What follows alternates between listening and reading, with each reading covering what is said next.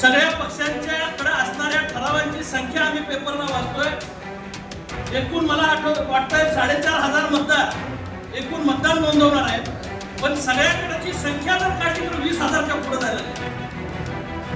नेमका मतदार किती आणि कुणाकडे किती याचा काही हिशोब लागेना। आणि त्या 2-4 दिवस बातम्या येड्रावकर साहेब यायला लागल्या, इलेक्शन बिनविरोध होणार। आता बिनविरोध होणार म्हटल्यानंतर बाकी ठरावधारक जरासं गोंधळल्यात, ही काय बिनविरोध आहे नको असं म्हणतात। वडाच्या झाडाला 7 जन्मी हाच नवरा मिळावा याच्यासाठी ज्या पद्धतीनं साकडं घालतो त्या पद्धतीनं मतदार राजानं आज साकडं घालण्याचा हा दिवस आहे। पण निवडून आल्यानंतर लोहगडला तेवढं घेऊ नका। 7 जन्म तुमच्याबरोबर राहायची आमची तयारी आहे, आम्ही फिरायला तुमच्याबरोबर यायला तयार आहे, पण लोहगडला तेवढं घेऊ नका। गोकुळचं भविष्य ठरवणारे सर्व या ठिकाणी मतदार बंधू आणि भगिनी, इलेक्शन लागते नाही लागते कधी लागते याच्यामध्ये बरेच तप या ठिकाणी गेलं। मतदार कोण, खरा मतदार कोण, खोटा मतदार कोण, याद्यांचा गोंधळ, कोर्टाचं इंटरव्हेन्शन, या सगळ्यामधनं या ठिकाणी मंत्री महोदय आता इलेक्शनचा मुहूर्त लागलाय आणि आता महायुती म्हणून आपण सर्वजण एकत्रपणे इथं महासैनिक दरबार हॉलला भाजपचा या ठिकाणी मेळावा सुरू आहे। कालच मुश्रीफ साहेबांनी त्या ठिकाणी शक्ती प्रदर्शनाने फॉर्म भरले आणि आज शिवसेनेच्या वतीनं या सर्व नेते मंडळींच्या नेतृत्वाखाली आज आपण या ठिकाणी सर्वांचे या ठिकाणी जे मतदार आहेत त्यांचा त्या ठिकाणी नोंदणी करणार आहोत। मी मनापासून आपल्या सर्वांचं स्वागत या सगळ्या कार्यक्रमाच्या निमित्तानं करतो। साहेब, सगळ्या पक्षांच्याकडे असणाऱ्या ठरावांची संख्या आम्ही पेपरला वाचतोय।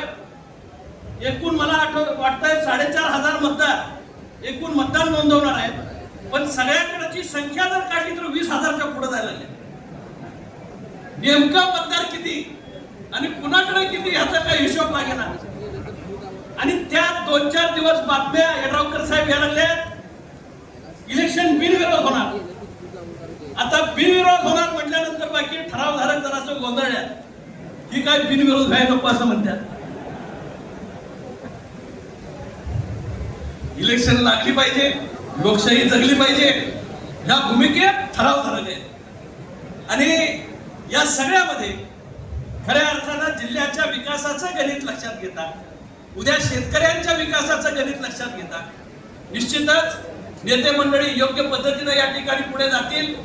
आज सर्व तालुक्यातल्या 12ही तालुक्यातल्या एकनाथ शिंदे साहेबांच्या बॅनर खाली एका विचारानं आपण एकत्र आलोय। हा सगळ्यात मोठा या ठिकाणी कार्यक्रम आपण या ठिकाणी पालकमंत्री साहेब या ठिकाणी घेतला। इथं जेवढी बसले जेवणाच्या पंक्तीला सुद्धा तेवढीच बसलेली। आता उमेदवारांची पंगत वेगळी आहे आणि मतदारांची पंगत वेगळी आहे। मी मगाशी वॉशरूमला गेलो होतो, तिथं सुद्धा लाईन लागली होती। आता सगळ्यांची लाईन वेगवेगळ्या पद्धतीनं लागली आहे।